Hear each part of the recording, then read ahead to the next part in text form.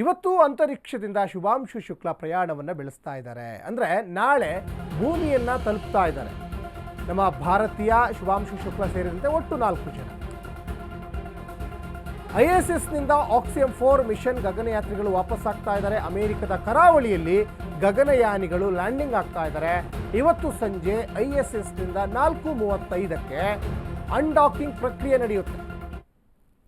ಇನ್ನು ಐತಿಹಾಸಿಕ ಕ್ಷಣಕ್ಕೆ ಶುಭಾಂಶು ಶುಕ್ಲಾ ಸಾಕ್ಷಿ ಆಗ್ತಾ ಇದ್ದಾರೆ. ಯಾಕಂದರೆ 14 ದಿನಗಳ ಕಾಲ ಸುಮಾರು 60ಕ್ಕಿಂತ ಹೆಚ್ಚು ವಿಚಾರಗಳ ಬಗ್ಗೆ ಅಧ್ಯಯನ ಮಾಡಲಿಕ್ಕೆ ನಮ್ಮ ಹೆಮ್ಮೆಯ ಭಾರತೀಯ ಶುಭಾಂಶು ಶುಕ್ಲಾ ಸೇರಿದಂತೆ ಒಟ್ಟು 4 ಜನ ಗಗನಕ್ಕೆ ಹಾರಿದ್ರು.